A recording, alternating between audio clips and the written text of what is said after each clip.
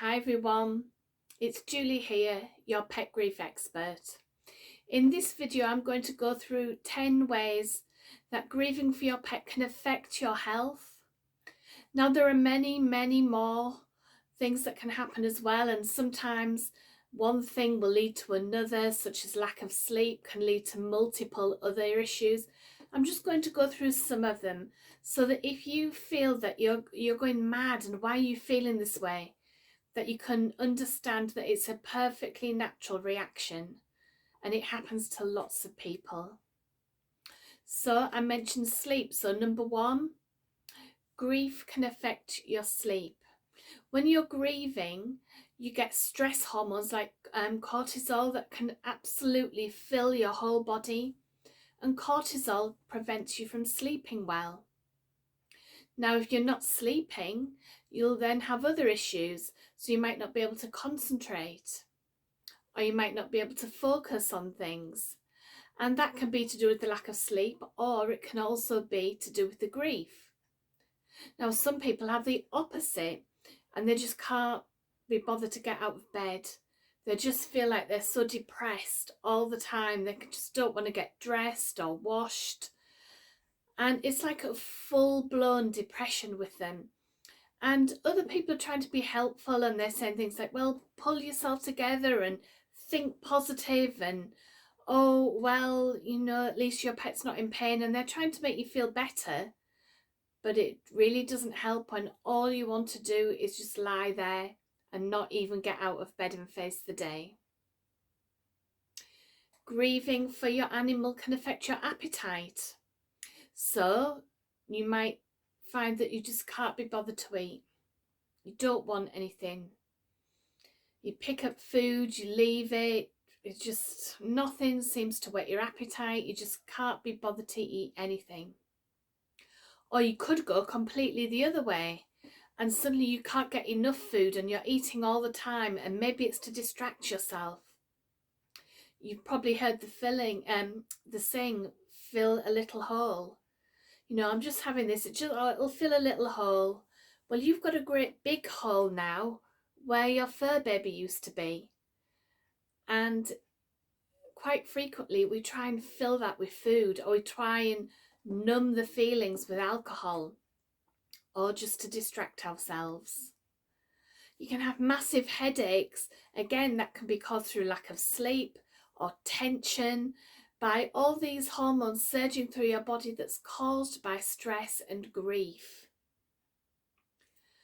There are loads of different things. Some people feel sick all the time, and they're just, whatever they're doing, they feel physically sick, like they're going to vomit, and they need to be near the toilet because they just can't kind of get hold of themselves, if you like. They feel like everything they do, everything they say, everything they eat, the smell of food, the smell of coffee, everything makes them feel sick. And that can be part of grief as well. Grief activates your fight and flight hormones. So you might be shakier than usual, or anxious, or you can't think of anything, you can't concentrate, like we said before, you can't focus. There are so many ways that grief can affect our health. And we blame ourselves. We blame ourselves for perhaps how the pet died, or that we couldn't do enough tests, or we should have done this, or why didn't we do that? And all that guilt that we're carrying around with us, that causes feelings as well. You might just get a feeling of emptiness, or your body's all aching and all your joints are kind of aching and you just can't seem to get comfortable, you can't lay still. Everything just is one big effort. And all that is caused by your grief. It's normal. You are not the only one suffering. But if this sounds like something you're suffering from and you just can't get through it, and you can't get through your day, get in touch. Book a free initial consultation, or have a look at some of the other videos. There's some really good tapping ones that are great if you've got headaches or stress. Even things like starting to process your grief. can help with the physical symptoms. So a good way to start is by making a memorial. If you're having the ashes back, planning for that. If you're having a burial, or even if you're leaving the ashes at the vets, because it's not appropriate for everybody. Not everyone can have the ashes back home. And there is no right or wrong way to do this. You do what's right for you and what fits in with your lifestyle. If you want to start to process your grief and not get stuck, you need to do some kind of memorial though. It doesn't need to be a great big altar or anything like that. It could be as simple as planting a rose in the garden, or going through pictures and maybe doing an album or writing a letter to your pet. But what this does, it acknowledges the grief, and it acknowledges the life and the death of your pet as well, and it honours them. And when you start to do that, you find that some of the physical symptoms will start to gently ease. They're not all going to go at once. Sometimes they last for a long time, especially if one's linking to another, like I said. So the sleep might be affecting your concentration. Some people go to their doctors and they get medication from their doctor, and that might help or it might not help. I certainly don't give any medical advice on here, but talk to your doctors about the side effects, because some anti-anxiety medication might affect your appetite. There are loads of different things to consider. Look for, if you don't want to come and see me, look for another grief counsellor, but get some help, because all these physical symptoms can be managed. It's just really, really difficult when they're all going on at once and you're tearful and you don't know what to do and you can't think and you can't sleep and you're overeating or you're not eating and you're feeling sick.